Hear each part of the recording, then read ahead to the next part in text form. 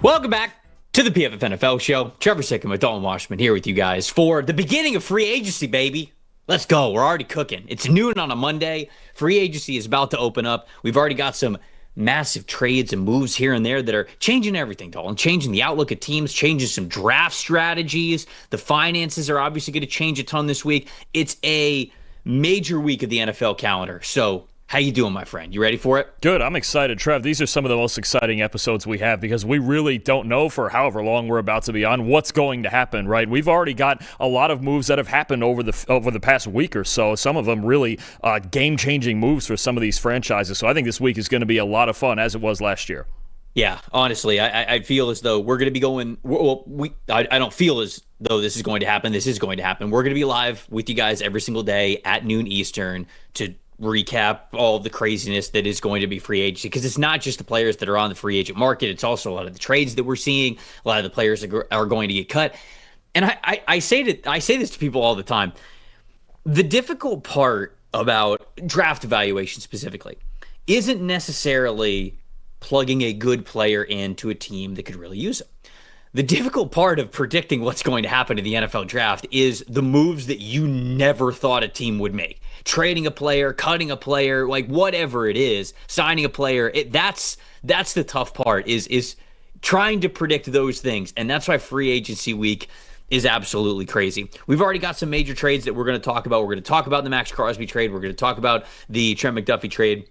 We're going to talk about the DJ Moore trade as well, how this changes things for these teams, both the ones that got rid of the players and the ones that are acquiring the players. We'll talk about that from an outlook standpoint when it comes to wins and losses, as well as the NFL draft. But can we start with Tua? Can we start talking with Tua here? Because early in the morning, and obviously we're doing this on a Monday morning, it's announced that Tua is going to be designated as a post-June 1 cut for the Miami Dolphins, getting nearly $100 million of dead cap to the Miami Dolphins. I think that it is a very interesting strategy of the Dolphins. I wonder how much they try to navigate this for like Tua to take a little bit of a pay cut, or for him to, be on the roster next year so they could spread out some of the dead money over the next 2 years that followed instead of eating it over the next 2 seasons. But hey, maybe the Dolphins are just saying, we are not going to be good this upcoming season. Who cares? Let's eat as much of the dead cap as possible. But Tua becomes a free agent, and then we have learned that the likely landing spot, at least the one that everyone is talking about, is him potentially with the Atlanta Falcons. So first of all, Dalton,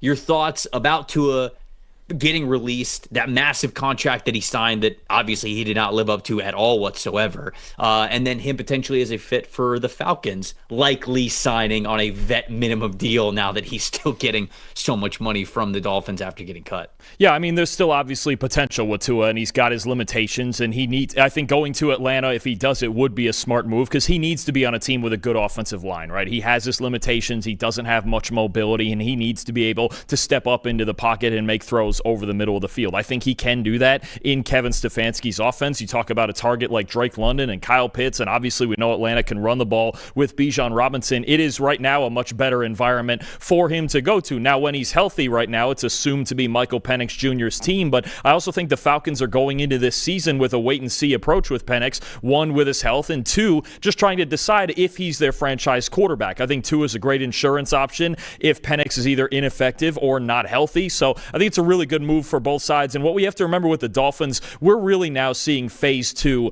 of this team resetting their salary cap, right? Last year, they traded Jaelan Ramsey. They traded Jonnu Smith. Right now, they're cutting Tua and Tyreek Hill. And, there's other trade rumors surrounding this team. They traded Minkah Fitzpatrick to the Jets also for a 7th rounder, pretty much just to get the money off the books. So the Dolphins are going through a full tilt rebuild now. They really started this last year, starting to reset their salary cap. But I think you have to look at this as a complete rebuilding, a complete reconstruction, probably over the next 2 years for the Miami Dolphins. And Tua, at $1 million or just over $1 million on the veterans minimum, I think it's a really good deal for the Falcons, who we know are looking for a backup after losing Kirk Cousins. Okay, I am quickly getting out my phone for the calculator here to very quickly do this math, because Alec Pierce just re-signed with the Indianapolis Colts at a number of $116 million over 4 years. That is $29 million a year. I think that if you were talking about Alec Pierce before this season getting anything close to 30 million, people would have been like, you are out of your mind. But for how he played this past season and how valuable he was to the Colts as a deep threat type of wide receiver, that very clearly increased his market tenfold. I do think that it's kind of funny that for the longest time, over the last week and a half specifically, it was like, what are they going to do? If he hits free agency, he's going to take his time. All these teams are going to be interested, all that kind of stuff. And the second that legal tampering opens, he re-signs with the Colts. I don't know. I just think that the timing is pretty funny. Obviously, it's a pretty penny to get Alec Pierce back, but overall thoughts with him staying in Indianapolis instead of going to another team, Dalton, because I feel as though if you're getting 29 from the Colts, 29 a year from the Colts, he was going to get close to that in really a lot of other situations that he could have potentially gone to. So thoughts about him returning to Indianapolis here? I think it makes a lot of sense for the Colts. Obviously, they're trying to continue to build this offense. You've got Alec Pierce as the deep threat. You've got Josh Downs as the underneath threat. You've got Tyler Warren, who had a great rookie year at tight end. I think the next domino here is Michael Pittman possibly getting traded. He's also got a $29 million cap hit this year. They saved $24 million of that by trading him. I fully expect him to be on the trade block very soon with the news of Alec Pierce re-signing now. And look, I think they're just trying to stay young on this offense. They're trying to stay explosive, and they had to do this in order to stay explosive with Daniel Jones most likely coming back for another year. There's some intense negotiations there, and they do have him on the transition tag for over $37 million this year if he doesn't sign a long-term deal. But it's a great deal for Pierce. I mean, this was expected to be his market in the high 20s. To get $29 million a year from the Colts, where he's already comfortable, where he's known to be a vertical threat in this offense, I think it makes a lot of sense. And look, it's going to be a lot to live up to, but for the Colts to keep this continuity and then probably spend the rest of their offseason building their defense, it makes a lot of sense. Yeah, man, was there another landing spot outside of Indianapolis that you really would have liked for him?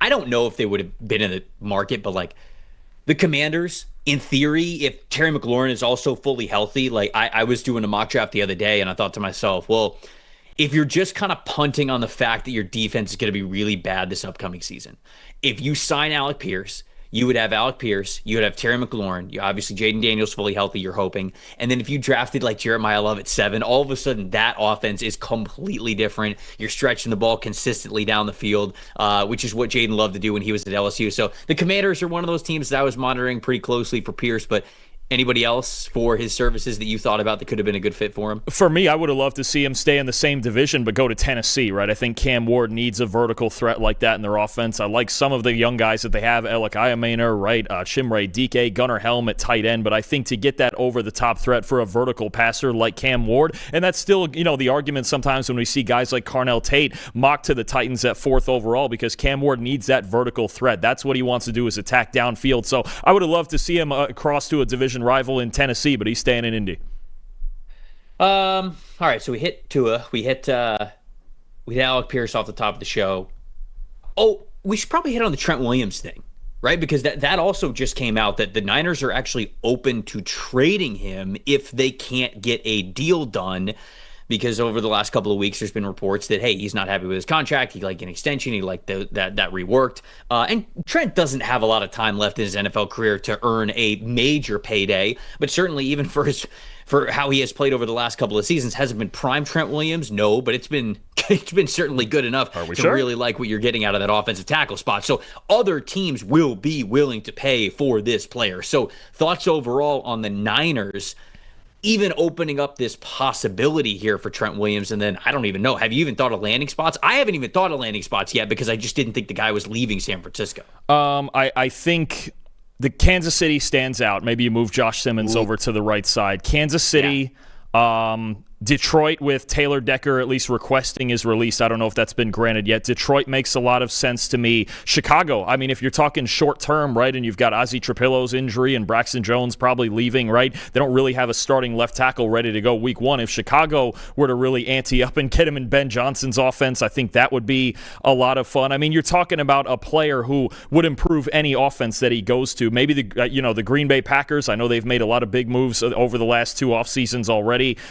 Pittsburgh would make sense to me. He'd be a major upgrade there. I think there's so many spots. Right, this is one of the, still even at his age, one of the elite players in football. Still a top 5 tackle in all of football, and the type of player with his skills, especially if you leave him in a similar system. Let's say the Bears were to do that. I think you're talking about a guy you move mountains for, right? I mean, he's still one of the best players in football. So those are just some that stand out. I think Kansas City might get the most speculation out of any of them because he could really change the look of their offensive line, and they need that badly.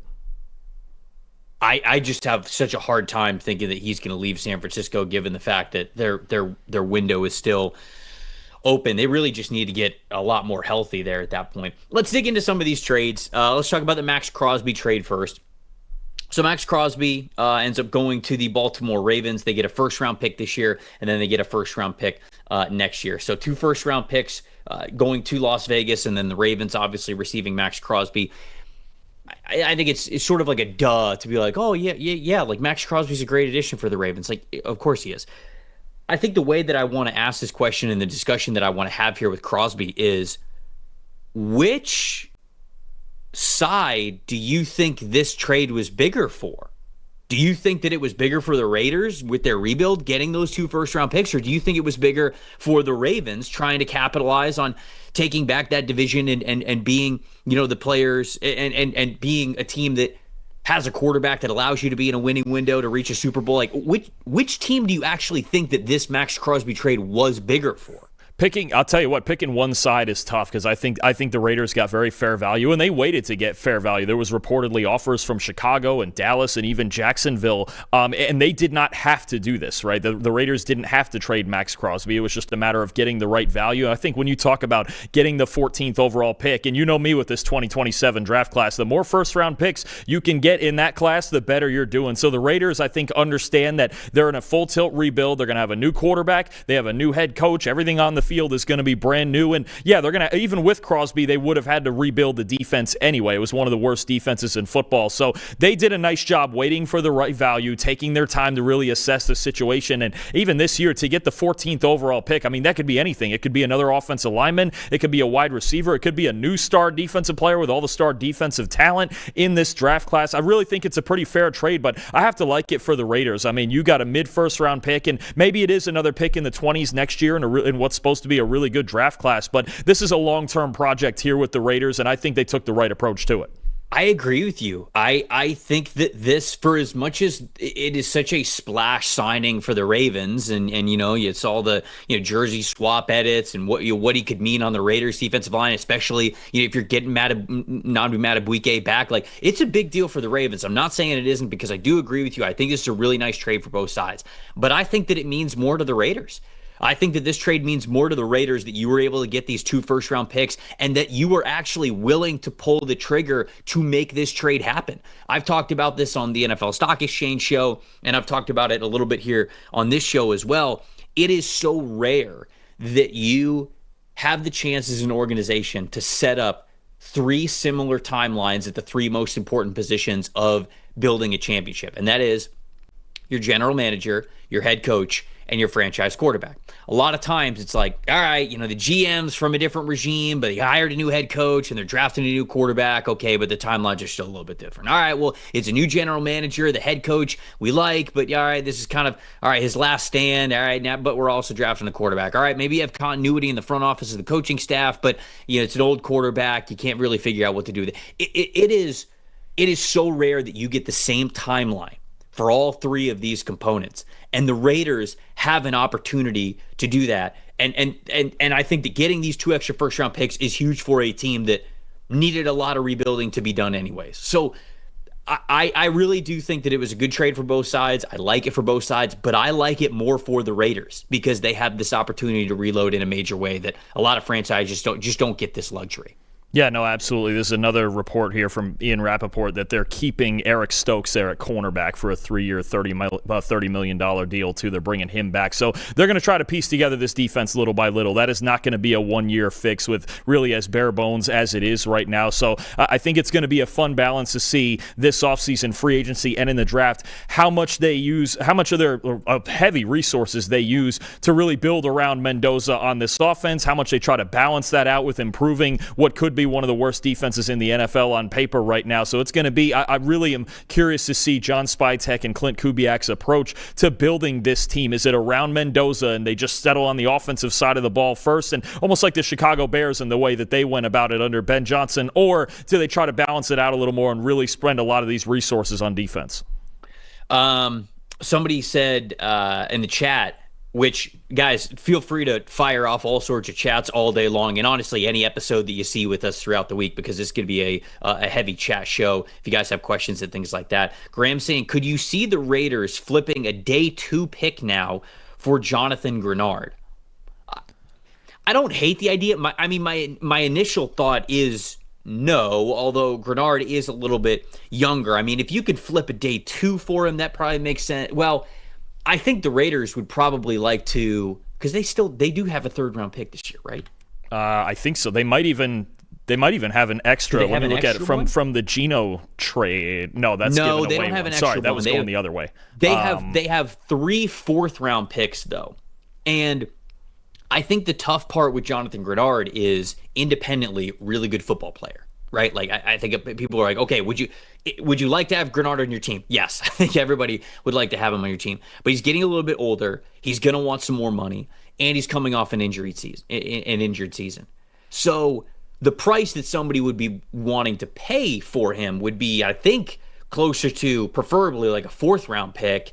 Maybe you can get a 3rd-round pick out of somebody, but I think he's worth more to the Vikings. Like, I think the Vikings would say, all right, no, we probably want 2 day 2 picks for Jonathan Grenard. And I just don't know if teams are going to be willing to do that. So it's one of those where I just am not sure that the value for the team getting rid of him is going to be equal to the team that's going to acquire him and then have to pay him. But we've already seen this offseason that maybe that's not the case, because there's a lot of instances where teams are paying some big draft picks to then also pay players, right? DJ Moore is one of them. We're about to talk about Trent McDuffie as well, but I just don't know if the trade value is going to line up. I like the idea of the Raiders potentially drafting him, and I like the idea if the Raiders are giving up more of a later pick, but I'm not sure if they would do a day 2 pick, like a 2nd-round pick, maybe a 3rd-round pick, but it's an interesting thought there by the chat.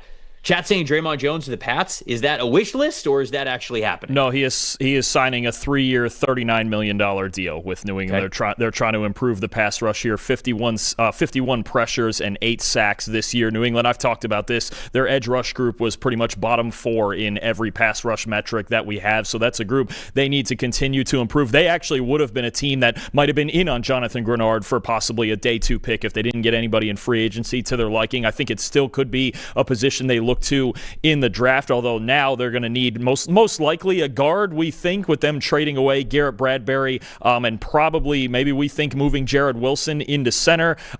Some fluid situations on their offensive line, but their pass rush does get better here off the edge. This is exactly what they needed. I think they got a reasonable value for it. Is Jones, an earth-shattering, game-changing, franchise-altering type of player? No, but New England needs to improve this edge rusher group to at least average. I do wonder if this now, I would think so. It probably takes them out of being a suitor for Trey Hendrickson, and that's something we're going to be watching today and throughout the week, and depending on how long that takes. But that would have been a team that I would think was at the very top of the Trey Hendrickson list, maybe off of that now, getting Dre'Mont Jones. Yeah, the Trey Hendrickson domino is going to be an interesting one to watch, because I think a couple of the teams that would have been interested in Hendrickson, you mentioned Dre'Mont Jones being a reason why that might not happen in New England. Rashawn Gary going to the from the Green Bay Packers to the Dallas Cowboys is a reason why that might not be happening there. I really do wonder if Hendrickson's asking price is like way too high right now, because these are teams that I feel like if it was realistic, it'd be a pretty close bidding war, and you're already seeing teams that felt like would have been in that conversation for Trey Hendrickson sign other options. So I wonder if, like, famous last words here, but I wonder if we might be waiting a little bit here on a Trey Hendrickson deal, just picking up the hints of some teams that would have been interested in him now already moving on to other plans. I think that's That's just interesting that those teams have already made moves on the defensive line rather than sort of wait to see what's going to happen with Hendrickson. I have to wonder. The big reason for me would have to be the injury, right? Or what the injuries that he dealt with this year. He didn't play a whole lot, and obviously it was a tumultuous year here in Cincinnati with Hendrickson. And if he's looking, I assume he's looking because on a per play basis, still one of the best pass rushers in football. I would think he's looking for 30 plus here in free agency, and I do wonder if there are teams weary of his injuries and possibly, obviously he's in his early 30s, possibly a little bit of decline on the way. You wonder, is it going to be a heavy 1 or 2 year contract as opposed to maybe a 4-year deal? Is he looking for a longer term contract like a 3 or a 4 year deal? I think there's a lot of factors in this that, we've been trying to figure this out with Hendrickson here in Cincinnati for the last 2 years anyway. The Bengals didn't end up trading him. They just ended up stalling all the way till the end of the line here. And now we're going to figure out really what Trey wanted or what he's satisfied with no matter where he goes. Does he want to go to a contender? Does he want the most money he can possibly get, right? Does he want, longer-term security? I think these are a lot of things that maybe behind the scenes are known or he's made known to Cincinnati here, but we're going to find out in a big way here this offseason, probably this week. But you're right, it is a big domino, and it is interesting that some other teams have gone to some other sources of pass rush help, instead of a guy who has been for 5 years one of the best players in the NFL. So I always like looking at the total guaranteed and specifically the fully guaranteed when it comes to all these contracts once we get this information. Tom Pelissero is reporting that $60 million of Alec Pierce's contract is fully guaranteed. Dalton, that would make him the 5th highest paid wide receiver in the NFL when it comes to fully guaranteed money on his deal. He's number 5. It goes Justin Jefferson, Jamar Chase, CeeDee Lamb, DK Metcalf, and then Alec Pierce. That's holy cow. That's incredible. Nobody loves hearing that more than guys like Puka Nacua and Jackson Smith-Njigba. I can tell you that right now because that's coming very soon as well with a number a lot higher than that. No, what that tells me too, I think it just reinforces the idea they're going to trade Michael Pittman. At some point, there's going to be a team that wants a solid veteran receiver. Obviously, they're still going to have to work with the cap number, but they're trading Michael Pittman. They are not keeping Alec Pierce at that number and Michael Pittman this year at a $29 million cap hit. That's something I fully expect to happen. Obviously, we can go through the suitors and tons of teams with receiver needs. I think about Baltimore. The New York Jets have also been rumored with Frank Reich as their offensive coordinator, at least as a possibility, and they already have one former Colt, Adonai Mitchell, but Pittman's getting traded. No question about it. There's no way they're keeping both of those guys at those numbers. Yeah, he's got an interesting situation here. Michael Pittman's 29 years old. He's in the last year of his contract this year. You mentioned he's a $29 million cap hit, but $0 of that is coming from guaranteed salary. He's got some roster bonuses and some prorated signing bonuses that will be dished out to him. But I mean, even if they were to cut him before June 1, I guess it's the same before and after June 1, but they're saving $24 million. So I agree with you. I think that it makes probably the most sense that Michael Pittman's on the move. Does anybody stand out to you? You talk about like potential suitors for Michael Pittman. Stand out to you for him? Well, if they have any money left after the Crosby trade, Baltimore is one that definitely sticks out. I think not the vertical threat that Rashid Shaheed gave them, but I think Seattle makes some sense if they want, a number 2 outside guy along with Jackson Smith-Njigba. Again, it's got to be with Pittman. It's about adjusting the contract, and I know these things can always be restructured and things like that. Atlanta sticks out to me, although they just signed Olamide Zaccheaus to add some depth to their receiving room, but they could still use a number 2 type guy alongside Drake London. There are plenty of there's plenty of places where he would fit in. It's just a matter of adjusting the contract number there. So Tom Pelissero reporting that Kenneth Walker is indeed signing with the Kansas City Chiefs. RIP to the Jeremiah Love at number 9 overall. Mock draft dreams. But this is, I think, a really great deal for them. Their running back room was not what it needed to be last year. And when it comes to Kenneth Walker, I mean, he couldn't be striking while the iron was any hotter, right? Him coming off of that Super Bowl MVP performance, what he was able to be for the Seattle Seahawks this past season on that journey to even get to the Super Bowl. And he's going to a team that so desperately needed running back. So very curious to see what the numbers are for this one. I don't know if you've seen this one yet, but initial thoughts, Kenneth Walker, to the Kansas City Chiefs? It's the perfect fit, right? I mean, when you look at Kansas City's running backs, one of the least explosive groups in the league last year. I believe their running backs had the second lowest explosive run rate in the league. You look at Kenneth Walker, including the playoffs, 42 explosive runs, second most in the NFL, 77 missed tackles for, second most in the NFL, led the NFL in rushing grade for us. I mean, and obviously the Super Bowl performance was the stuff of legend, as if the Chiefs needed another Super Bowl MVP, because that'll solve all their problems for sure. But I mean, really, it is the two teams I was looking at if Kenneth Walker was going to leave Seattle were Kansas City and Denver. I think those are the two places that really needed the jump start in their backfield. The Chiefs, we know Isaiah Pacheco, a free agent, Kareem Hunt, a free agent. Maybe Hunt comes back as a guy who can spell Walker, but Walker's going to be the workhorse here. Or they could draft maybe a day 3 back just because they still need some depth. Maybe even a pass catcher back there would help them. But no, this is a game-changing move for the Chiefs. Their offensive line still has to get better, but Walker is kind of used to dealing with maybe not elite offensive lines there in Seattle. He's a fit in any scheme. He's dangerous in the screen game. I think this is a game changer for Kansas City's offense. You look at taking the pressure off of Patrick Mahomes for as much as he can do. He's going to be coming off a torn ACL this year, and the past 2 years we've seen it. There's way too much pressure on him to carry this team. That is no longer the case. They have got the workhorse back that they needed, one of the best in the league. So Diana Rossini is reporting, going back to Alec Pierce, just because we're reacting to a lot of news sort of as it's coming out. The Patriots, the Raiders, the Chargers, and the 49ers were those that were notably interested in Alec Pierce. And Rossini, as you know, who I'm not saying that like Rossini's not telling the truth here with this one, but like says that he turned down more money to stay with the Indianapolis Colts. I'm not doubting that that's the case, but I do feel like that's always said anytime like somebody, you know, re-signs with the team. The thought is like, oh yeah, he turned all this money down to stay with the team. I feel like that's kind of a team narrative that comes out. But in Alec Pierce's situation, I don't doubt that Rossini is telling the truth there at all whatsoever, because he again, like the price that he got, even in Indianapolis, like I wonder what the biggest deal was for him that was out there, because I mentioned $60 million fully guaranteed, the 5th most for any wide receiver in the league. So more money elsewhere. Maybe that was like not necessarily a guarantees thing. Maybe it was a total money type of a thing. But man, what a day for Alec Pierce.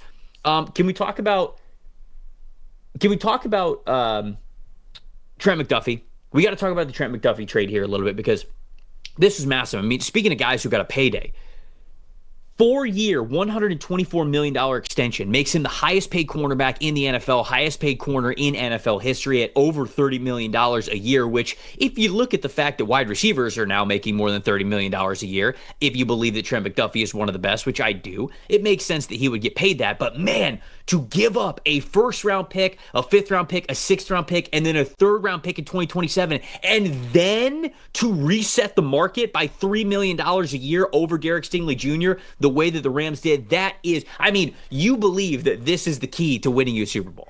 Like, you make this trade because you believe that having Trent McDuffie and then pairing that with whoever you get at number 13 overall in the draft, like, you are a Super Bowl team. Like, you go into next year as the Super Bowl favorites, and maybe they do, but that's the only way that I think that you make this trade. So, thoughts on Les Snead putting his pedal to the metal here, and then overall your thoughts with the Chiefs now gaining an extra 1st-round pick because of this. Obviously, they're adding Kenneth Walker to the running back room, so now that number 9 pick and that number 29 pick are wide open to help that team as best they can. Yeah, no, absolutely. It's a game-changing move for the Rams, and I actually, you know what, I don't mind giving up the 29th pick because they're still picking at number 13, so whatever else they need to fill in on this team in order to win a Super Bowl, I don't mind that at all. The 5th and the 6th-round picks are what they are. The 2027 3rd, obviously, isn't nothing, but I think to get a player of this caliber who, since he was drafted, minimum 500 snaps, is the 3rd highest graded cornerback in the NFL, only Sauce Gardner and Devin Witherspoon ahead of him. You're talking about an elite player at the position who can play inside, outside, man, zone, whatever you want, one of the smartest players in football. And when he was drafted to Kansas City, he changed their defense, right? The Rams are hoping that's going to be the case here. Big contract, obviously, still a young player, but if they had Trent McDuffie this year, and not that they could have gotten him, but if they had him this year and their secondary, they probably win the Super Bowl. Their secondary was the reason they did not win the Super Bowl. They couldn't make any stops against Seattle in the NFC title game. So I love it. I really like it on both sides. The Chiefs get the number 29 pick. Now they're picking twice in the first round. And, when you talk about their secondary, there's a lot of voids right now. We just talked about them signing Kenneth Walker on the offensive side, but Jaelan Watson's a free agent. Trent McDuffie's gone. Brian Cook at safety is a free agent. There's a lot of work to do in this secondary, but maybe the Chiefs just take a defense-heavy approach in this draft. I have to wonder, say if a Caleb Downs is available there with the 9th overall pick, could that be the pick? Could they go corner somebody like Mansour Delane from LSU? I'm curious to see how they fill out in free agency, if at all, in this secondary in Kansas City. I think they believe that Noah Williams can be a starting caliber player, but for the Rams, it's an all-in mentality, and why wouldn't you have it, right? You still have you still have Puka Nacua, maybe the best value player in football. You have Stafford at his age still playing at the peak of his powers. You've got a defense that you just need to fix up, and I think an underrated move alongside this is the fact that they got to keep Cam Curl at safety, right? So you feel good about safety with Curl and Kinchins. Just keep adding more depth at corner behind McDuffie, and you're looking like the most complete team in football. Yeah, can you imagine if this team 13?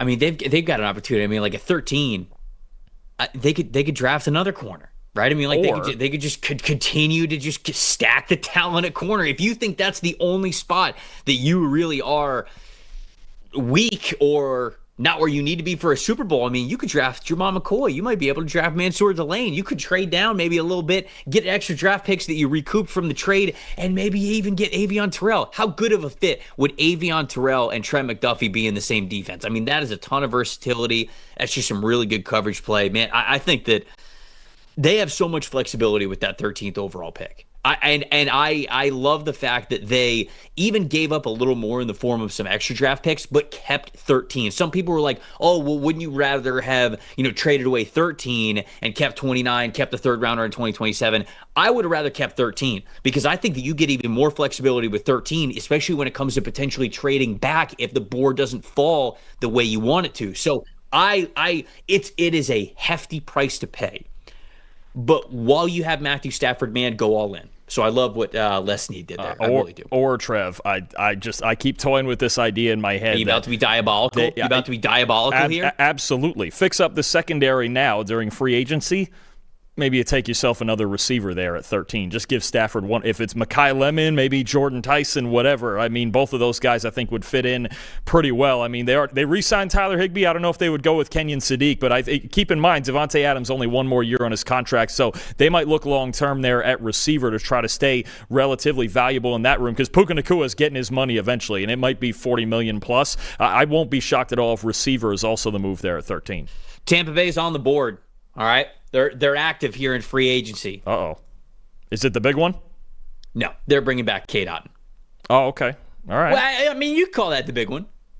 I think he weighs for more now. Than, we could call it that. He weighs more than Mike Evans and Levante David. So technically, yeah, he's the bigger one. He is bigger than those guys. That is He is true. bigger than those guys. So I think that the Bucs have long liked Cade Otton. They didn't want to lose him and be completely bare at the tight end position. I don't think that it keeps them from potentially drafting one even decently high in this pretty good tight end class. But they wanted to at least have a good baseline, and the league's going much more towards multi-tight end sets anyway. So I always felt like they were going to bring Cade Otton back. It wasn't going to cost them too much to do so. So they're on the board there. We're going to continue to monitor every single move and rumor that we have in free agency. So stick around. But before we get to the next piece of free agency news, which we do need to talk about the DJ Moore trade, actually. Maybe we're going to do that right after this. Every week on Draft Risers, folks, we're highlighting players that are climbing up draft boards as teams get deeper into the evaluation process.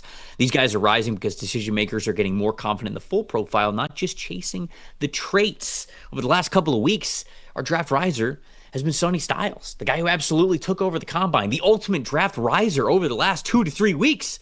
We'll switch it up and give you another draft riser here as pro days sort of get into things. But man, for this week, I'm giving him another week, man. That combine performance was that phenomenal. The interviews were fantastic, according to basically every single report that I could have found.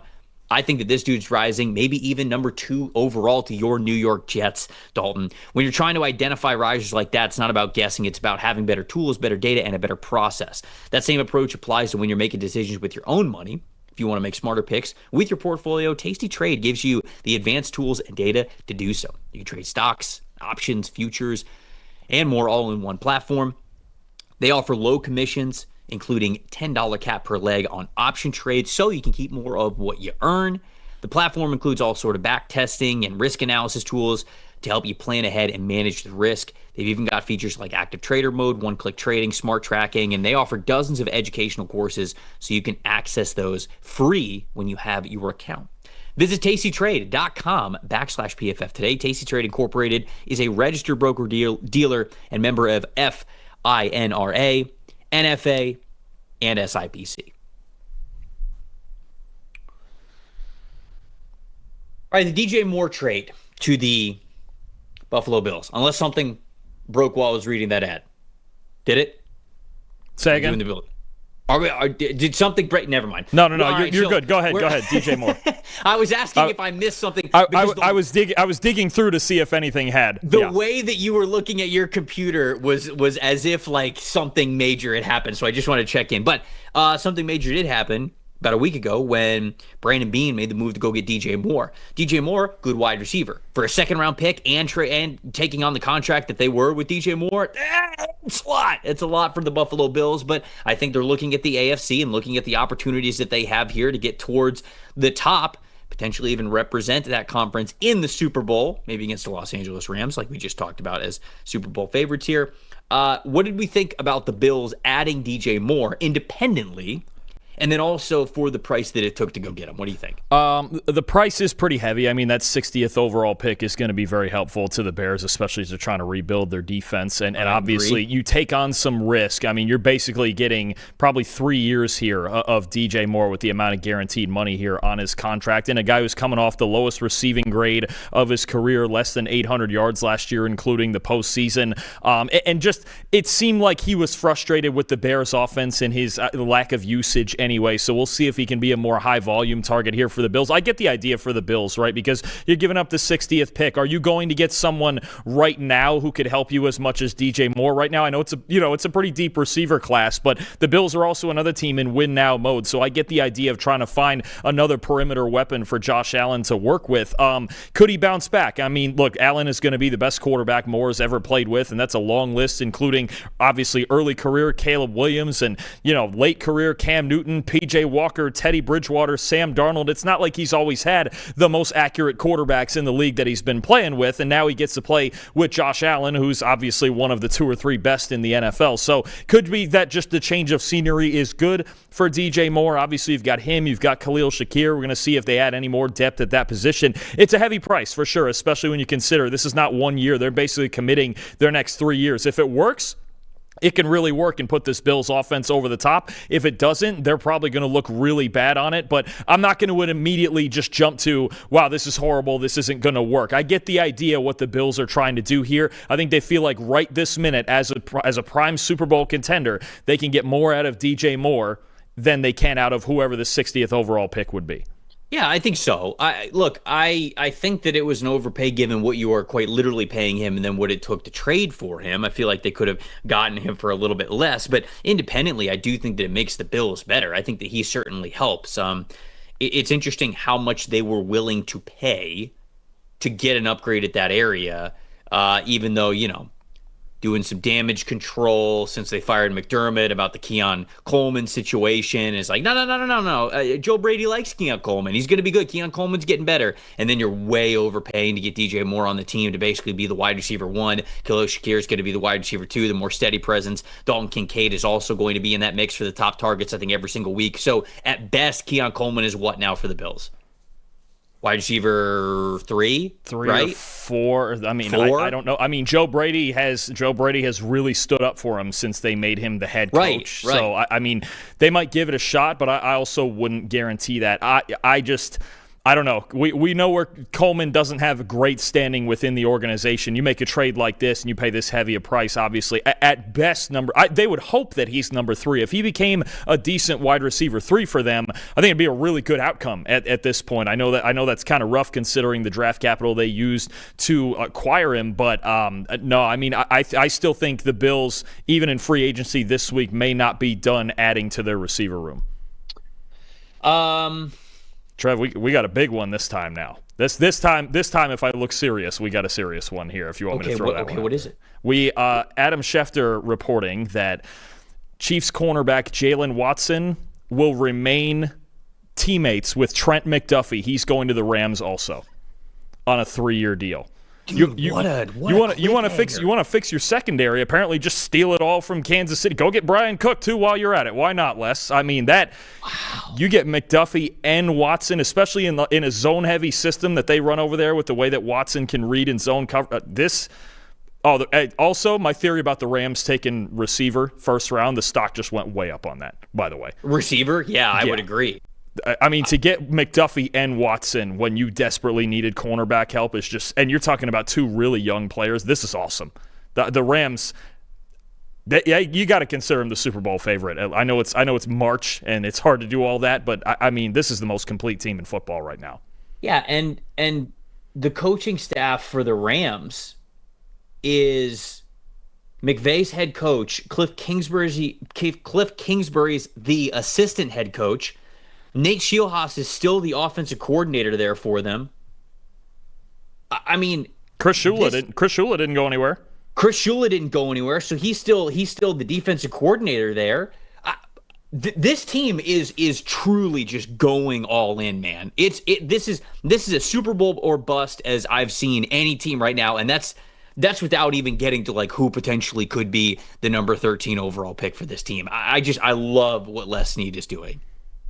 You're right. I mean, it's a mentality at this point of we're winning a Super Bowl this year. We feel like we should have won it this past year. Obviously, just didn't get it done. Maybe against the only team possible that could have beat them. But you look at the contrast of what the Rams have added to their secondary, and now Kenneth Walker leaving Seattle, Clint Kubiak leaving Seattle. I mean, you have to feel really, really good about your situation if you're a Rams fan right now. To get McDuffie and Watson, you could not draw it up any better than that if you're trying to fix your corner. And again, they got to keep Cameron Curl as well. I don't know. This might be the most expensive secondary in football, but the point is that's the one thing they had to fix. Offensively, we know they're going to be fine. They have McVay and Stafford and Nakua and everything else, but man, oh man, you have this secondary, and don't forget about the elite defensive line with Jared Verse and those guys. This team's unreal. This team's absolutely sick right now the way they look. I truly love it. I truly love what the Rams are doing. They have an opportunity where Matthew Stafford is probably on their team for one more year. At least that's all they can guarantee themselves right now.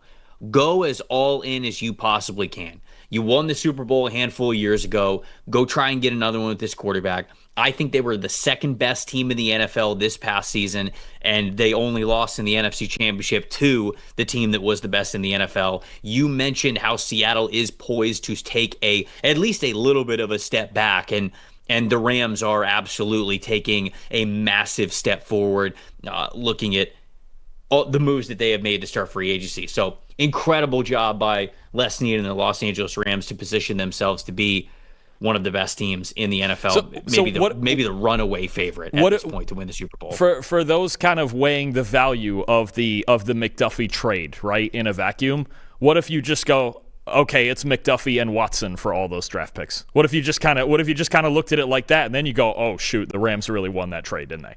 Obviously, the money for both is what it is, but right. I mean, that's essentially what you're looking at this point. Again, essentially, especially because they didn't give up 13.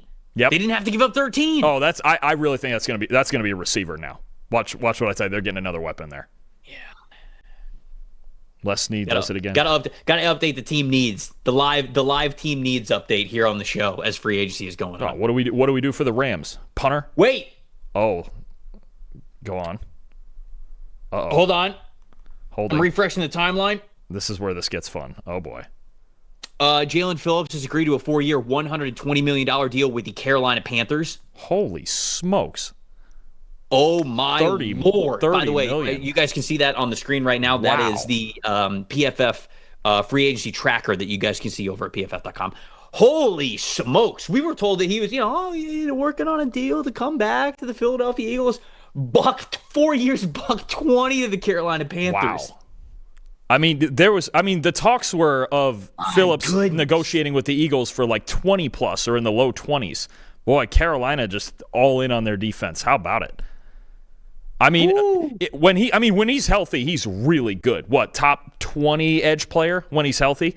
And Carolina just doesn't have any player on the edge of that caliber. So, I mean, remember, they tried to get Milton Williams last year and just got blown out of the water by New England. It appears now they've done that to Philadelphia with Phillips, because obviously we know there's the Jordan Davis extension that the Eagles did give out. They're working on Jalen Carter, apparently, and they were working on Phillips also. But, man, oh, man, I mean, that's a hefty price for Carolina, but they're all in too. I mean, we talked about this. The Panthers' mentality should be not to settle, right? Yes, they made the playoffs. Yes, they won the NFC South, but they were still an 8-9 inconsistent football team. That's the definition of not settling right there. I mean, I'll give them. It's a brave move for sure, especially for when you're paying an edge player that much money.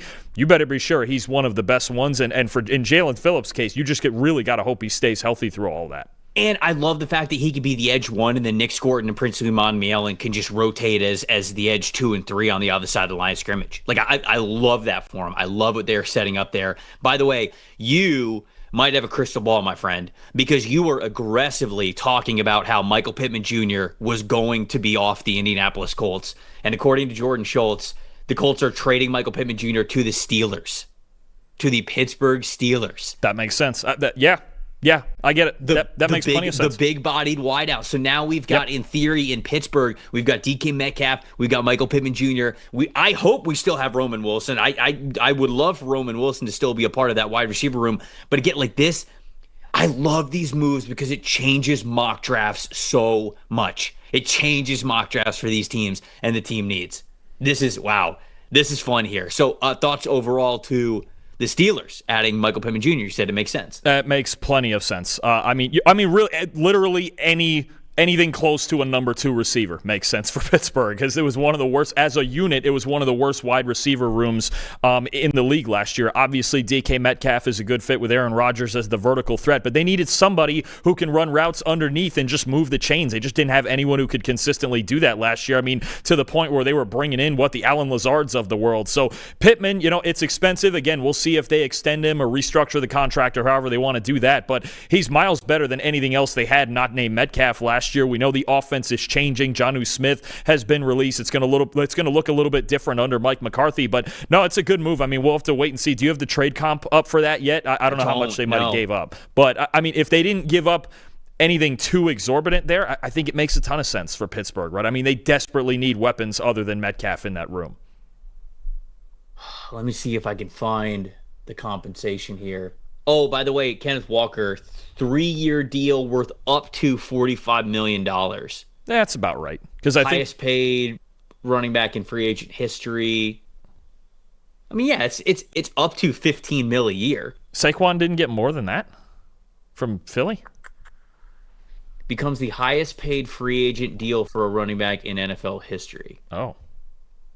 Wow, these running backs still just don't get paid, man. Because I know the franchise tag for Breece Hall was like 14.3 per year. So I mean, it's right in line with at least a top 5 per year. Saquon Barkley signed a 2-year, $41.2 million extension. Oh no, that's his extension with the Eagles. What was his initial contract? I thought it was more than that. Man, if we can't even pay Saquon Barkley, what's going on around here? Somebody's got to pay these poor running backs. No way. Saquon had to get more than that. Let's see. Either way, he didn't. Really? He didn't. 3-year, $37.7 million is what he signed for. Wow. And then he signed a 2-year, $41.2 million extension the following season. So the extension got him to $20 a year after a record-setting. Yeah. Well, congrats to Kenneth Walker. There you go. Don't you dare try to correct Tom Pelissero. I wouldn't. It just seemed odd. I was like, Barkley really didn't? He really made less than that? This is where the running back market was, man. I guess so. Wow. You just got to be a Super Bowl MVP, That's how it works. And then join another one. Carolina Panthers, Jaelan Phillips. 30 a year is why you could not have convinced me before we started that Jaelan Phillips was getting 30 a year. That is. Could it be a game changer if it works? Sure, but man, oh man. Let's see. I'm looking at this Steelers trade too. Schefter says the two sides will swap late round picks. If that's the case and they can lower the cap number, then I think Pittsburgh did a really nice job there. Because again, it's just such a big improvement from everything else they were working with, Calvin Austin and Roman Wilson when he was healthy, and Alan Lazard and whatever else they were throwing out there that I can't even think of at the moment. But no, I don't. If it's only a late round swap, then I think Pittsburgh did a really nice job just filling just a desperate need there. And I actually think Pittman, with if still a big if, and there's no timeline, if Aaron Rodgers is coming back, I think Pittman fits in really well with him. Is Aaron Rodgers the real if man? Absolutely, yeah. You know what I'm saying? Yeah, no question. We have another big deal from a former Packer that's not an if. Ian Rappaport is reporting the Miami Dolphins are signing Malik Willis for 3 years and $67 million. 45 guaranteed. Malik Willis going to Miami with Jeff Hafley, with John Eric Sullivan. Take the Dolphins out of the Ty Simpson running. He is joining all his Packer constituents down there in Miami. He will be their quarterback for, I would say, at least the next 2 years. Wow. 22 and a half a year for Malik Willis is what he got. 22 and a half. 22. So that was a lot less, obviously, than the $30 million that a lot of people were saying he could sign for. But I think being closer to 20 made a lot more sense. Made way more sense. Oh, for sure. I mean, it was still, for as well as he played in sparing work with the Packers, he doesn't have a ton of experience, right? I mean, we're talking about a guy who obviously his Tennessee tenure didn't go well, but he made a couple of nice starts. Obviously, one great start this year for the Packers against Baltimore in that late season loss. But no, and I think for the Dolphins, it's a short-term move that really locks you in for 2 years and 45, and they'll see if they want to extend for the third year. But it's a see what you have move in a year with a not deep quarterback class at all, in a year where there's probably some people who think there's only one good quarterback in this entire class. And Willis gets a chance, right? And obviously it's a lot about connections. To me, the two teams, one of the two of Miami or Arizona was going to sign Malik Willis. If it came down to money, it might have been Arizona, but maybe he was just more comfortable, again, with the familiarity of Jeff Hafley, with John Eric Sullivan there as the GM. And now, I mean, you look at this Miami offense. The offensive line obviously could be a little better. They need a little more depth at receiver, but Malik Willis, Devon Achane in the backfield as the core of your run game, not bad. And you still have Jalen Waddle if he doesn't get traded as the top guy you're throwing to. So I think Willis goes to, at least offensively, a reasonably good situation. Miami and Hafley, they got to rebuild the hell out of this defense because there's just hardly anything to work with there right now. But I find this very interesting, number one, for the Dolphins, and two, the Arizona Cardinals. Because they were, again, the other team to me that would have been in on Willis pretty heavily. What are they doing at quarterback? Is it just ride it out? Idea, is it Jacoby Brissett? Is it somebody else for competition? You're not taking Ty Simpson third overall. There's absolutely no way you're doing. So maybe do you wait for Ty Simpson to get to the second round? Do you trade up? The Cardinals quarterback situation to me is just as fascinating here as the Dolphins, because this was the guy I figured they were probably bidding for. I think the underrated player in this quarterback carousel is Derek Carr, because it's rumored that Derek Carr wants to come back, right? There's been talk of him wanting to come back, and I always felt like when he retired, I was like, I don't know if I believe this is permanent. I always felt as though it kind of more sounded like he didn't really love the long-term outlook of the situation in New Orleans, and I think that his shoulder was bad and needed time to heal, but now he's had plenty of time for it to heal. I think it's kind of a race, right? Because I've heard that Derek Carr to Minnesota was kind of a lock, and then Kyler Murray gets released, and so now it's Kyler Murray on a vet minimum to Minnesota that feels like a lock. And so if Derek Carr wants to come back, there's still a world where he could want to come back, like to Arizona. Obviously, Matt LaFleur is their head coach now, so an offensive-minded head coach. If you are Derek Carr, you get to throw the ball to Marvin Harrison Jr., Michael Wilson, and Trey McBride. I mean, that's pretty good. Now they got to continue to fix that offensive line. James Conner's back at running back, so him and Trey Benson could still be a nice 1-2 duo for you. But I wonder if the Cardinals are now sort of forced to look behind the Derek Carr curtain or door or whatever you want to say, because outside of that, like I just have a hard time thinking that you can sell to your fan base. Like, for as much as I like Jacoby Brissett, and I think that he is an ideal sort of like fringe spot starter type of a depth player for you, you already got that most of this past season. You really going to sell to your fans? Jacoby Brissett's the full-time starter and think that you're going to make a lot of noise in that division? Because I don't think so. So I wonder if that's a potential option for them at quarterback as well. Yeah, no, for sure. I mean, I think to me, them and probably the New York Jets probably have the least clear quarterback situations in football right now. Minnesota, obviously, you still have McCarthy, and they're going to sign a veteran. Possibly, is it Kirk Cousins? Is it Kyler Murray? Who might that be? It is an interesting question, but I think the Cardinals and the Jets, especially being that they're picking second and third in the draft, right? They're not going to pick a quarterback that high. It feels like at this point it's just going to be stall it out for a year. Are we just waiting on Arch Manning and Julian Sayin and Dante Moore and Lenora Sellers and whoever else we might be waiting on there? And look, the Jets especially are a long-term project, so that makes sense to me. I'm all for it. But the Cardinals are a little bit weirder because you look at the pieces on their offense, they could be a good offense this season. Right? James Conner restructured his contract. He's coming back. You've got Marvin Harrison. You've got Trey McBride. You've got Michael Wilson. You've got weapons, Paris Johnson up front. You've got enough weapons to be a good offense in 2026, but who's at the helm? Right, and we've seen, between the play calling this past year and the quarterback play, and obviously Connor's injury hurt him too.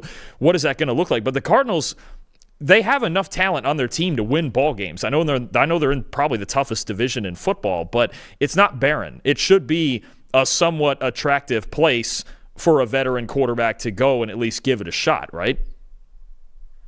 Yeah, I think so. Sorry, I'm reading a couple of new dominoes that fell here really quick. The Ravens are signing offensive lineman John Simpson to a 3-year, $30 million deal. So John Simpson that checks out. Yeah, John Simpson returning to Baltimore gets $10 million a year. And then there was another one. Isaiah Likely going to the New York Giants. The Giants signing Isaiah Likely, a 3-year, $40 million contract, which Jordan Schultz is saying can go up to 47.5 with some incentives. Isaiah Likely now the third highest paid tight end in the NFL. I believe that would be for total money.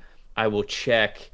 Let's see. Tight ends guarantee. Well, I don't think he gave us the guarantees. Just as a 3-year deal at the moment. Yeah, the $40 million deal for that total number makes him the third highest paid tight end behind Trey McBride and TJ Hawkinson. Whew! Boy. He clears George Kittle by $5 million. That's steep, especially for a guy coming off the year with the injuries that he did. And I would still think in that offense, I mean, depending on how many, 2 tight end sets that Matt Nagy wants to use there, you still have, Theo Johnson, who can be a solid player for them, right? Yeah, now you've got Likely in there. That's a heavy one. We also, Trev, real quick, we have the number on Jalen Watson, 3 years, $51 million, 34 guaranteed. Okay. You look at, you doled out almost $50 million a year to your 2 new corners. From the Rams angle, that better work for sure if you're spending that much money in your secondary, plus the 13 a year that Cam Curl got. So that's fun. But no, Likely, I think the Giants obviously trying to add just more dynamic weapons, and wide receiver in theory could still be an option for them in this draft. They still need somebody on the outside next to Malik Neighbors. And then I think the Ravens, we've talked so much about their interior offensive line. We've yet to hear anything about Tyler Linderbaum, but getting Simpson makes sense, right? It's familiar. He's at least a solid starting guard. It's not going to be, an unfamiliar environment to him, and he's going to plug right in there at left guard and start. So I think that makes a lot of sense. We'll see if they get another veteran guard. We'll see if they have any way they can if they can find a way to keep Linderbaum, or we'll see how high that number gets. But that's a good move for the Ravens. Just find any sort of stability on the inside there. Somebody in the chat said Joseph Osai to the Jets. Did you see that one? I didn't see that. Let's refresh it again. You know how these things go today. Let's see. Sully saying 3 years, 36 for Osai with the Jets, 22.5 guaranteed. Okay. I mean, they have money to spend. 3 years, 36, 22 guaranteed. There it is right there. Yeah. It makes sense. I mean, the Jets, they were after trading Jermaine Johnson, and I liked the trade from the Jets angle of getting Tavondre Sweat in there with the way their interior looks now. It's going to be a lot harder to run the football on the Jets, and Osai has obviously proven he is at least a capable starter here in Cincinnati, and the Jets' edge room is just barren right now, right? Johnson's gone. You have Michael Clemens is a free agent. Basically, before this signing, it was just Will McDonald and and open tryouts at that point. So I think Osai is going to walk in there. They're paying him starter money, and it's a solid compliment there to McDonald. I don't think it takes him out of the running in any way for taking an edge player, number 2 overall, if that's Arvell Reese or David Bailey, Ruben Bain, whoever. But I think if you want to just, or I'll do it because I'm the Jets guy here. The Jets approach right now seems to be from Aaron Glenn, between taking over the play calling and some of the moves they've made. Let's build a credible defense this year, which you can certainly do in this draft as well. And we'll figure out the offense a little bit more next year, right? Not that they wouldn't add to it with the right value, but it's very clear that Aaron Glenn, maybe even more so than the wins and losses, because we still don't expect the Jets to win very many games, at least on paper. But their defense, with Aaron Glenn being a defensive head coach, has to look a lot better. And I mean, you look at some of the moves they've made already, right? Tavondre Sweat coming in there, right? Even last year, trades for guys like Jawan Briggs and Harrison Phillips, right? Minkah Fitzpatrick. You got Minkah Fitzpatrick for a 7th-round pick. He was the 5th highest-graded safety in football last year. Now a guy like Osai, a lot of people expecting them to maybe sign a linebacker, maybe somebody like an Alex Anzalone or somebody like that. But it's very clear to me that the goal right now is to put a credible unit, especially a credible defense. Because you know what? It wouldn't have mattered how many games the Jets won in 2026. If their defense looked bad, Aaron Glenn was going to be on a raging hot seat, right? I think he's trying to fix the unit that he knows best, especially with himself calling the plays now. The quarterback, I'm starting to think it's less and less likely that the Jets are going to take a quarterback in this year's draft. I think they're just going to ride it out with some veteran. If it's Carson Wentz with the ties to Frank Reich, if it's a Kirk Cousins or a Derek Carr or Kyler Murray eventually, that might be the case. But and I'm all for this path. I think building the rest of this team, which has so many needs, especially on defense, building the rest of this team is probably the right move. And getting some of these veteran players like Osai and especially like Fitzpatrick, who gives you a leader on the back end, the approach, if Darren Muji's looking at it long-term, I think does make a lot of sense here. I'm just looking at the Isaiah Likely deal. I didn't know if you were just basking in the glory of my Jets soapbox right there. No. I thought it was wonderful. You did a really great job. I do agree with you, though. Like, it just, we've been moving more and more towards it making sense for the Jets to just kind of wait until next year with quarterback. I mean, again, you're not a very attractive destination for a veteran quarterback that would be a notable veteran quarterback at this point. I think drafting Ty Simpson, the only way that you draft Ty Simpson, I was talking about this during Combine Week, the only way that you draft Ty Simpson if you're the Jets is if you just believe that he is 100% the guy.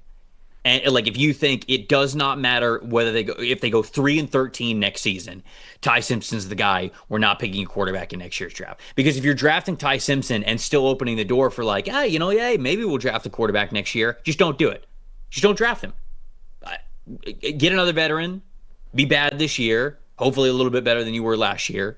Because that's the tough part about it is this coaching staff, it feels like is already on the hot seat going into next season. So going back to what I was talking about the Raiders, the timeline part of it for the Jets is already a mess. But yeah, I hope that the Jets just don't draft a quarterback. I hope that they go with a veteran. I think, though, again, for Glenn, because I know Max has brought this up when we've done some mock drafts, right, where, is he going to try to extend the timeline by just drafting Simpson just to do it and go, it's this quarterback? No, I think actually even for himself, Aaron Glenn is doing it even if the Jets only win 4 or 5 games again next year, right? If the defense looks like a credible unit, better than it did certainly the second half of this past year when they were, what was it, the most games in a row that ever have been lost by 25 plus or 20 plus, something like that. I mean, by the end of the year, and I know they traded Quinnen Williams, they traded Sauce Gardner, all of that, right? But Aaron Glenn, if you're a defensive coach, your defense has got to look credible. I think that's what they're building. If they have a good defense and it looks more like, say, the Cleveland Browns where they're just losing 13-10 every week, I think then Aaron Glenn might be safer than we think, right? And then you just go, okay, we get a quarterback in here. We're building this defense. We got a lot of young kids. Again, they have 5 first-round picks between this year and next year. That's your opportunity to build your football team. They're not going to be good right now regardless of what they do at quarterback. They're not going to be good in 2026 regardless. Build the rest of this football team. You've got a good young offensive line. If that's the way that's going, then just take 4 really good non-quarterbacks with these 4 picks in the top 50 you have this year and move on and keep building this team with a long-term vision in mind. Okay. We've got a little bit of a break in the action here when it comes to some of these free agency signings. We'll round up some of the other news that we've heard this morning, as well as over the last couple of days. Before we do that, though, our game plan of the week presented by Western Southern Financial Group, a game plan for your financial future. Our game plan of the week is exactly what Les Snead is doing right now, slamming his foot on the gas pedal, going out and getting Trent McDuffie, the Jaelan Watson. I mean, just upgrading that secondary as much as he possibly can, making the Los Angeles Rams the Super Bowl favorites in my eyes going into next season. I love it. Just like every team wins starts with a great game plan, your future should as well. With life insurance built like a championship roster, Western and Southern helps protect you and your family so you can focus on winning today, knowing that tomorrow is covered. Whether you are just starting out, building your dynasty, or looking to lock in long-term protection, their coverage options are designed to match your game plan. Visit westernsouthern.com/PFF to get your free life quote and start building your financial game plan today. Western and Southern, built to win, backed by over 130 years of helping people protect what matters most. All right. How about what the Houston Texans are doing? All right. They traded for David Montgomery. They traded away Titus Howard and Titus Howard to the Browns, extended Danielle Hunter, extended Dalton Schultz, re-signed Sheldon Rankins, re-signed Ed Ingram, re-signed Trenton Brown as well. Thoughts overall on what Houston's doing here over the last couple of days? It feels now like the trading away of Titus Howard was for the kind of financial flexibility to keep Ingram and to go get Montgomery, right? Because I think they added more guaranteed money to Montgomery's contract now, and they did need an upgrade at running back. They needed more depth next to Woody Marks, obviously, and I like Montgomery still more so than Nick Chubb, right? Obviously, coming off the knee injury he had and everything, it's just kind of getting over the hill here. Still need improvement on the offensive line. Ingram is obviously going to start. I don't know if they prefer, if they're signing, because it was only a one-year deal for Trent Brown. I don't know if necessarily they're going to sign him to go, hey, you're definitely our starting right tackle. I think that is still a huge area of need for them. I don't know that they would trust Brown for 17 games or even Blake Fisher for 17 games. So you're still looking at a few spots on their offensive line that have got to get fixed, right? They just don't have a ton of cap space. But I think the deal for Ingram especially is interesting. He was really good in Nick Caley's system as a downhill run blocker. You're getting him at just over $13 million a year, which is real. Actually, sorry, just under $13 million a year, which is really affordable for them. And I think for him understanding, hey, I found the right fit here. This is the team I should stay on and just continue to succeed. The story doesn't change too much. I think it still leans a little more on the offensive side with them. You know, we've talked about defensive tackle being somewhat of a need for them, but keeping Sheldon Rankins makes that less so. You're still focusing on this offensive line, right? And it wouldn't even shock me on day 2 or 3 if they added another running back to that room along with Montgomery and Marks as well. But keeping Ingram, I think, is big, and keeping Brown even for depth's sake is not a bad move at all. So, Dalton, I'm excited to tell you this, but he's home. Mike Evans He's back with the Jets. Oh, I thought you were going to say Mike Evans is back again. Okay. No. I'm just going to keep waiting for you to say something about Mike Evans. Who's back with? Oh, is it Geno? No. This is a good one. Who's back? Oh, no. Wait. Demario Davis is back. Oh, wow. He's back. He's back, baby. For a third run. He's back. Wow. 37 years old. Back where it all began. Wow. Demario Davis in the New York Jets. Back where it all began and middled and now ended. How about it? 22, literally. A 2-year deal. 2 years, $22 million, $15 million fully guaranteed. Trev, he's still one of the best in the business. There's without question, he is still one of the. And again, this is exactly what I was talking about. In 2026, they also signed to a 1-year, $10 million contract. Former Packers edge player Kingsley Enagbare also. So. You're looking at a Jets team that is just trying to build a credible defense, and to their credit, they're doing it right. Osai, Enagbare, Sweat, Fitzpatrick, Demario Davis. That's what Aaron Glenn's going to try to do. Is just go. You know what? This is my side of the ball. This is what we're going to be this year. But the quarterback be damned. They might have an open tryout at quarterback because that's what it's felt like for 15 years anyway. But no, I don't hate that. I mean, I love Demario Davis, man. I mean, I was going to say you shouldn't hate it. He's still one of the best linebackers in football. Well, and you look at Davis sitting there next to Jamie Sherwood, who's also a very solid player in his own right. Quincy Williams obviously now won't be back, but think about what you just added on top of the defensive line additions. And I'm telling you, I I think the Jets won the T'Vondre Sweat trade. I'm in on that over spending Jermaine Johnson to get Sweat, who Johnson they were not going to re-sign anyway, and he just hasn't looked the same since the Achilles tear. I think that's a great move. And then think about this. Minkah Fitzpatrick was the 5th highest graded safety in football this past year. Demario Davis was the 5th highest graded linebacker in football this past year, even at his age. I think it's outstanding. I mean, now you look at Aaron Glenn's defense and you go, okay, all right. Now, and the weird part of it is signing now 2 edge players today, plus you still have Will McDonald. It makes you think either A, is McDonald on the trade block, or B, are they still going edge rusher at number 2 like we've all been mocking since they traded Johnson, or is it something else? Do they dare pair Caleb Downs with Minkah Fitzpatrick? That'd be kind of fun, but I don't think it'd be a Ty Simpson because we think they're leaning away from quarterback. But all of a sudden, the Jets' defense, little by little, is getting a lot more interesting. And you add 2 leaders like that, not just, really, really darn good players, but 2 leaders like Demario Davis and Minkah Fitzpatrick to your defense right in the middle of it. That's all of a sudden you're looking at a pretty good unit there, at least on paper. It's only March and you're talking about things on paper, but Davis is still one of the best in the business, man. So 2, I will say, like, under the radar signings. One of them, James Pierre, the corner for the Steelers, re-signing. He is going to the Minnesota Vikings on a 2-year, $8.5 million deal, which I think is a really, really nice signing for the Vikings. That is a cheap deal for a player who I thought played very well last season. 88.9 coverage grade from us, 45.7% completion rate allowed, 28.6% forced incompletion rate. I feel as though that is a really, really nice signing for the Vikings. And then somebody in the chat asked this earlier. Vincent asked this: does the signing of Neville Gallimore to the Chicago Bears indicate that the Bears are going to look away from defensive tackle at number 25 in the draft? I don't think so, because the whole issue with the Bears defensive line was run defense. Neville Gallimore is not a run defense first type of a defensive tackle. In fact, he's had a couple of years as a run defender where he has been a stinker in that category. But really quick off the ball, decent pass rusher, could be a nice attacking interior defensive lineman. But if they still want to go run stuffer, I think that 25, it could still be on the table for them there. No, absolutely. It's still one where a guy like Caden McDonald would be an absolutely perfect fit for them at 25 if that was what they chose to do. Also, you will address him properly. That's FAU legend James Pierre. Don't you forget it. Okay. Any look, when Trey Hendrickson gets signed, I expect the same treatment. Okay. Same. But what if he never gets signed? Then we have a bigger problem now, don't we? But just reminding you, another move that just came through Mike Garafolo reporting: Cam Ward has a new backup quarterback, Mitch Trubisky, to Tennessee on a 2-year deal. So, I mean, obviously no threat to Ward in his status there, but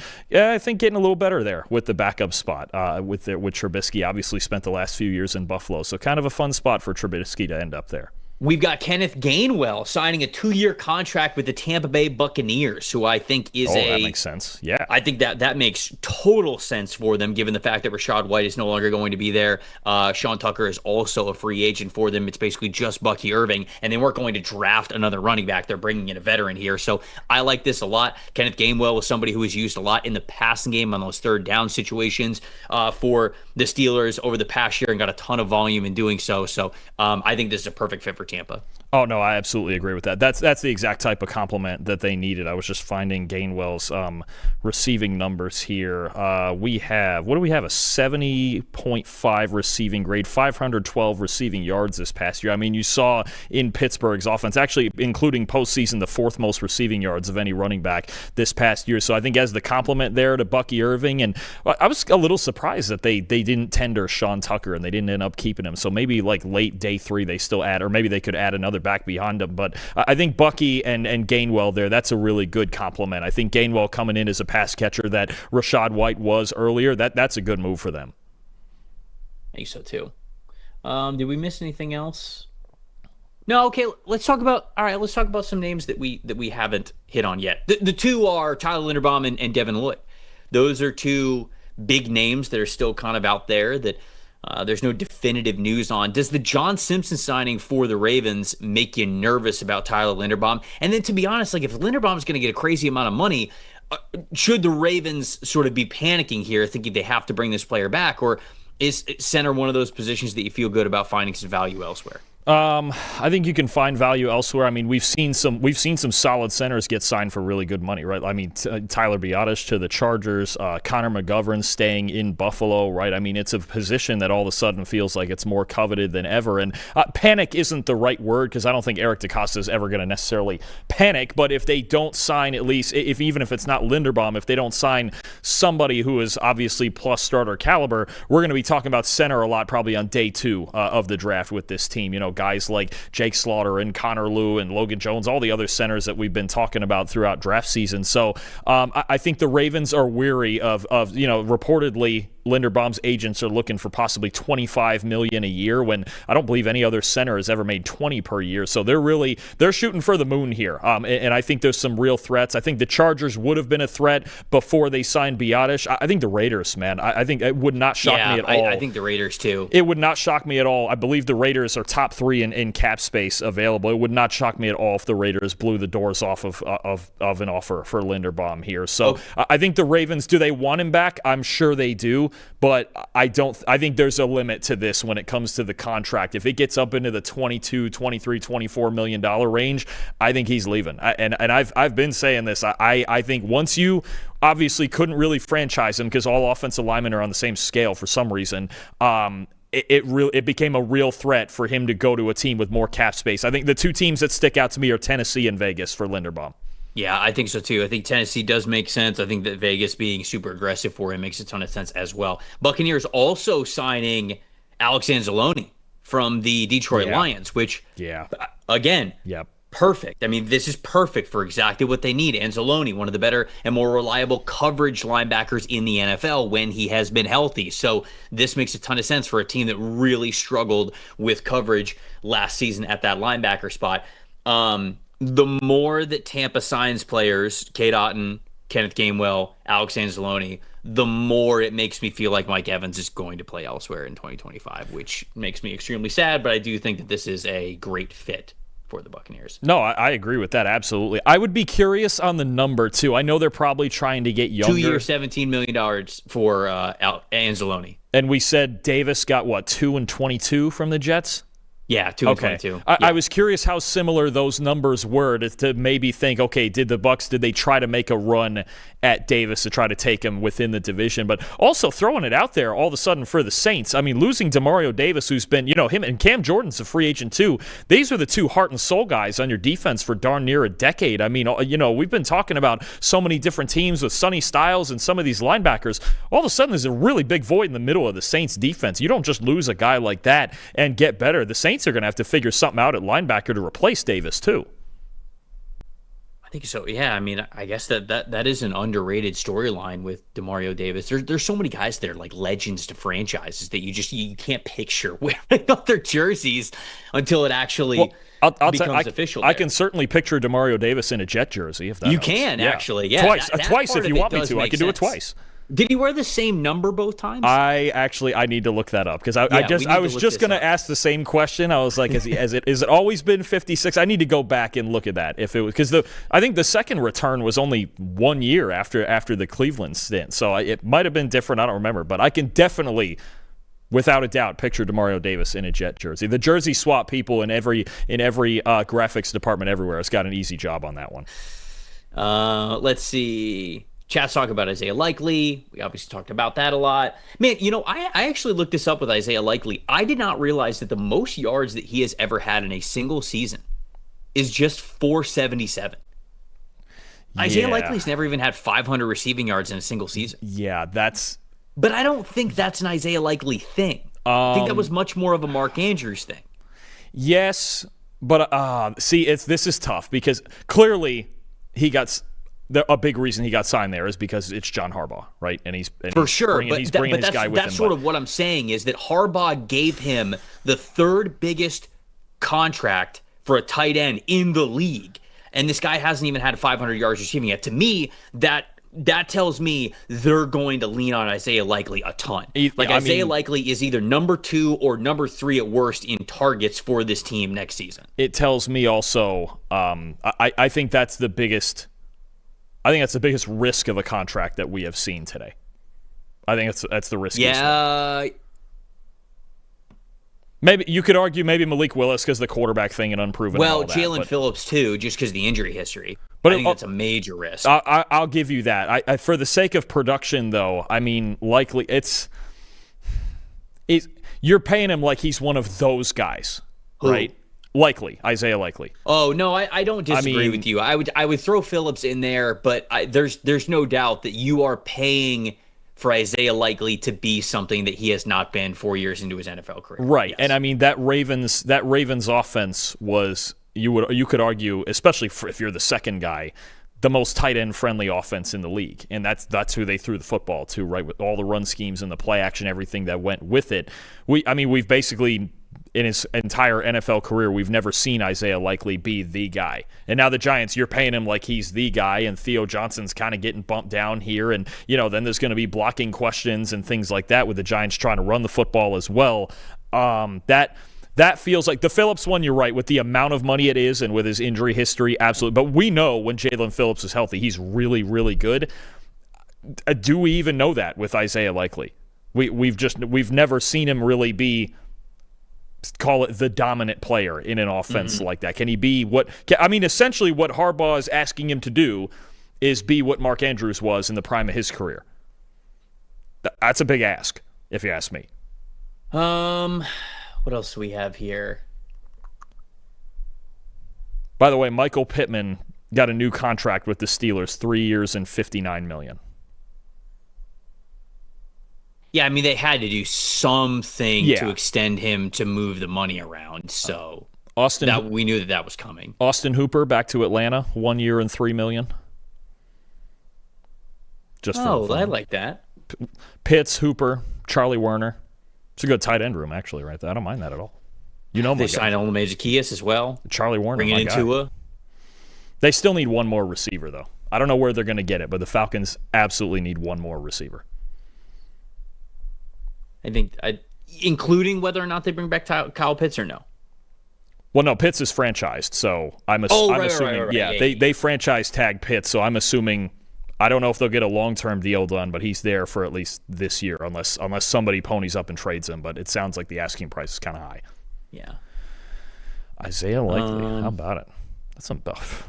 Man, you got people making money today. Laramie Tunsil gets a 2-year, $60 million extension from Washington. That's fun. Okay.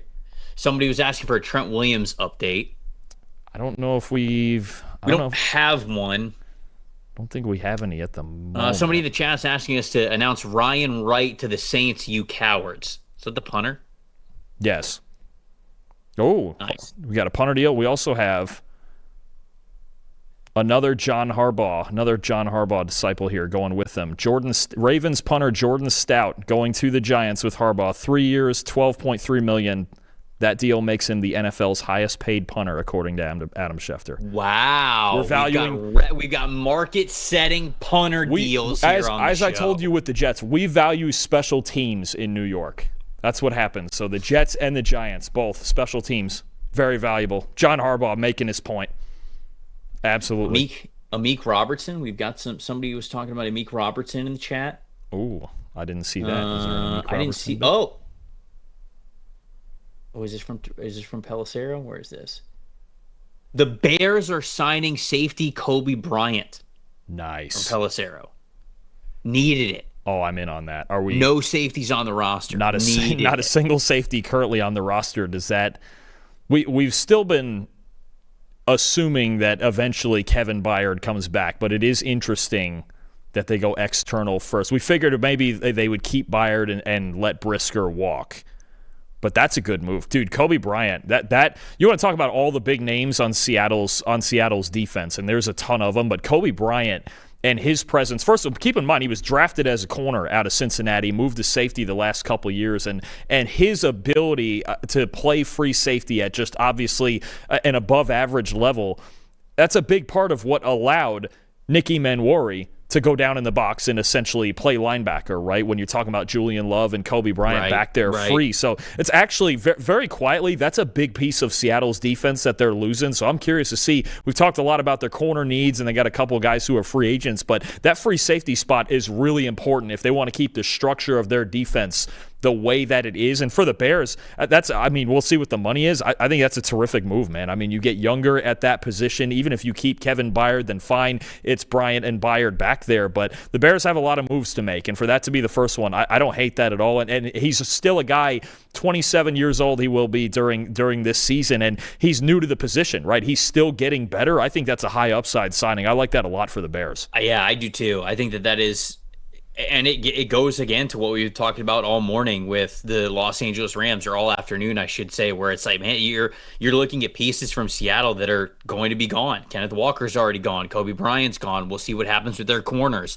Rashid Shaheed isn't going to be brought back either. So just a lot of moves from the Super Bowl champs. Obviously, Clint Kubiak gone as well. So a lot of different moves, a lot of unknown there. But the Bears also get a really good safety in Kobe Bryant, who gives them, like you said, like a ton of flexibility with the coverage ability that he has. The one odd part to me with Seattle and losing now already within an hour and a half Walker and Bryant is they're not short on cap space, right? I mean, where are we at right now? I know these numbers are changing by the minute, but Seattle, at least at the moment, has the 6th most cap space in football. And Kenneth Walker's gone and Kobe Bryant's gone. Obviously, John Schneider can trust his drafting ability because that's what got him here in the first place. But is it just so much leaned into the fact that very soon they're going to have to pay both JSN and Witherspoon, and they got to just kind of rein it in a little bit right now instead of going all – obviously, you want to repeat because you were good enough to win it once, but – is it just that? Because it feels like these are players at those prices that they could have been able to afford. They're not your usual Super Bowl team that, we don't have any cap space, so we're going to lose some guys. Like it feels like they're almost making some choices here that maybe, depending on the offers, could have been avoided. I mean, it's a really good safety class, so I'm not as worried about losing Bryant, but I think that's another thing. That's the other thing we should talk about on the other side of the Kenneth Walker bit is what are they going to do at running back? Because they're not getting Jeremiah Love, and it's not a great class beyond that. Zach Charbonnet is coming off an injury, and there's pretty much nothing behind him. They need a starting tailback. And, I mean, if it was me, I maybe the attitude changes now that they've signed Malik Willis. I might get a little wild if I was Seattle and see what Devon Achane could be made available for. But otherwise, that feels like a big hole on this team right now, losing Walker. I mean, I agree. One, I'm thinking about the Miami part of it.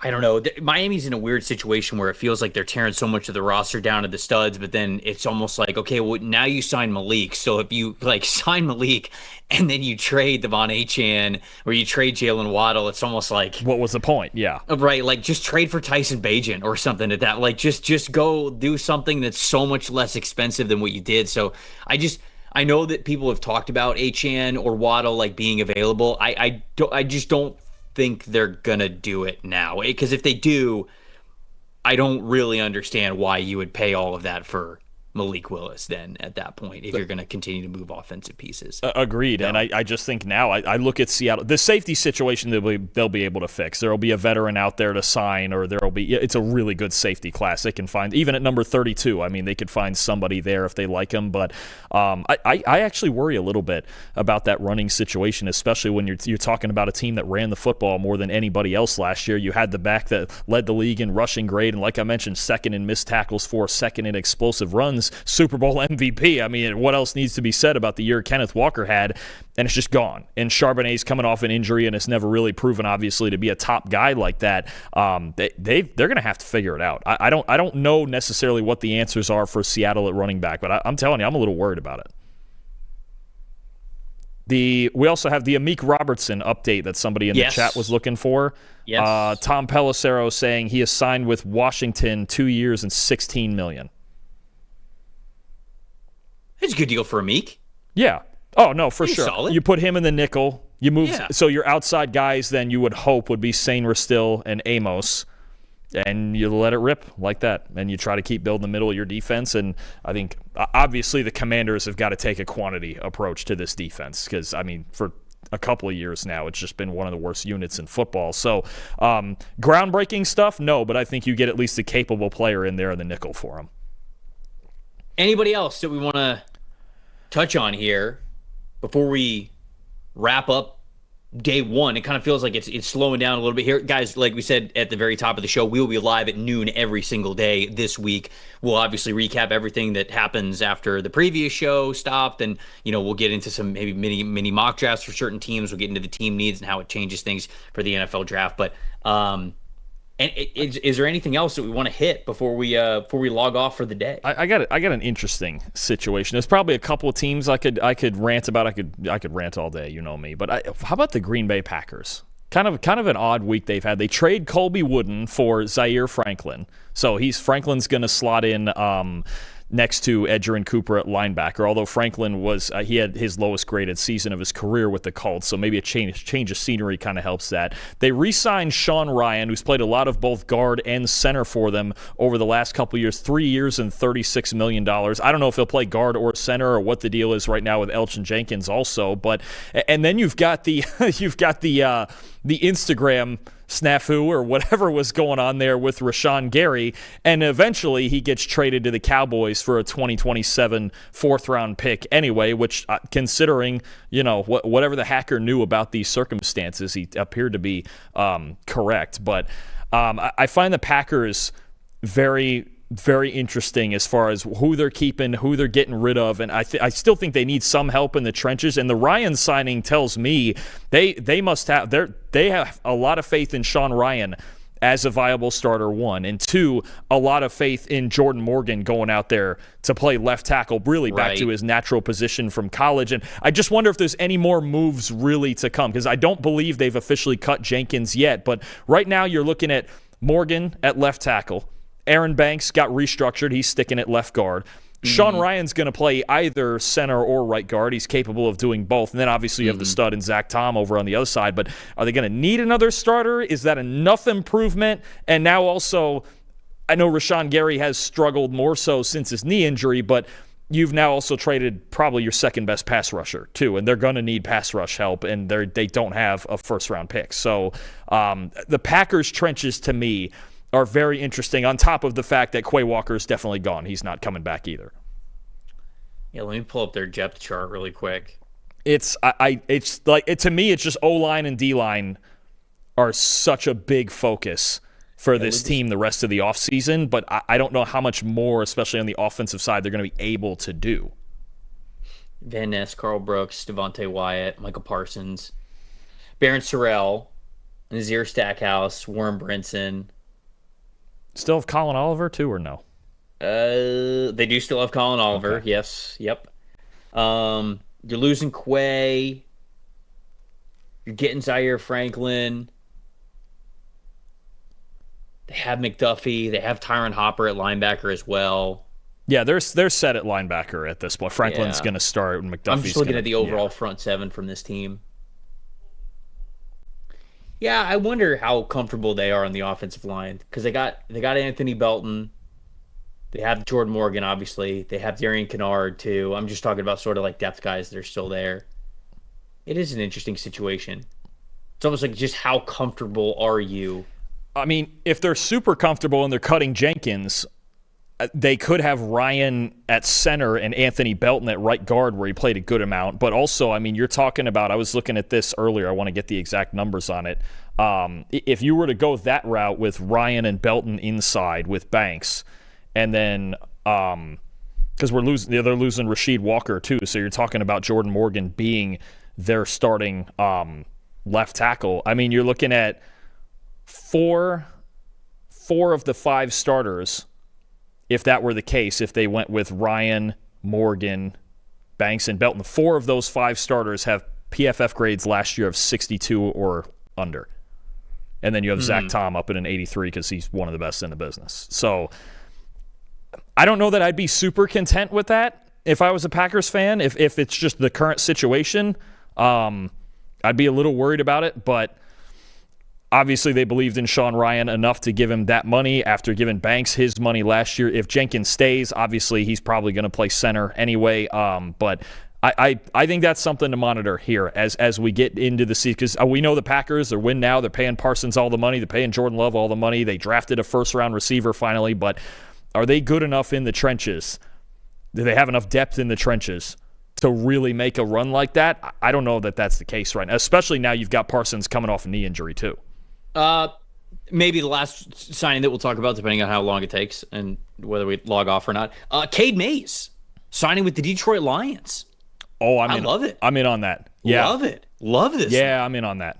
I think it makes a ton. I know Panthers fans are pissed losing Cade Mays, but man, if he was hitting free agency, he was going to have a ton of different suitors. And so now we've talked about, oh man, is Tate Ratledge going to have to move to center for the Detroit Lions now? But with Cade Mays, I think Tate Ratledge gets to stay at guard, so you feel pretty good about that. I actually really like this move from Detroit. That's a good call too. You leave because Mays very quietly did a nice job for Carolina the last couple of years. I mean, working around other players' injuries in front of him and just became a solid center. I mean, if he can be, say, even an average center there for Detroit, that's not a bad move at all. You leave Ratledge and Mahogany there at guard, and I mean that's another story there. Taylor Decker. We got the announcement that he was returning, and then that he's apparently requested his release, which I don't think has officially happened yet. But all of a sudden, Taylor Decker requesting his release. So all of a sudden, you're going to have everyone and their mother mocking some sort of left tackle to the Lions at 17 here, unless they get into the Trent Williams conversation. Which you imagine? Could you just real quick, just for the sickos, could you imagine Trent Williams and Penei Sewell playing on the same offensive line? I mean, people would be running. I mean, just running scared, wouldn't they? I mean, I almost think Dan Campbell would want not even to win ball games anymore, just to watch those two guys on the same offensive line. But I don't know if they would actually ever do it. But yeah, no, I think the Cade Mays signing is quietly a very good Detroit. That's another team they just need. They need stability there on the inside. It's what fell apart for them. I'm like, if you're trying to build this team around Jahmyr Gibbs in the run game and around Jared Goff and the ability to throw from the pocket, you got to be stable in there, and I think Mays is at least stable. A lot of big time signings as the tampering period is officially open. Obviously, the new league year doesn't start until Wednesday, when a lot of these official team accounts get to tweet out these moves. But like we said, we will be live with you noon Eastern every single day this week, going about hour and a half, 2 hours, honestly, just depending on how much news that we have to talk about. So appreciate everybody joining, getting in on the chat. It's going to be a heavy chat week, so make sure you guys are subscribed to the channel. You're tuning back in at noon, because as news breaks, we are going to be breaking it all down here on the PFF YouTube channel. For everybody behind the scenes producing the show, for Dalton Wasserman, I'm Trevor Sikkema saying thank you guys for watching day one of our free agency recap show. We'll see you for day two tomorrow. See you then.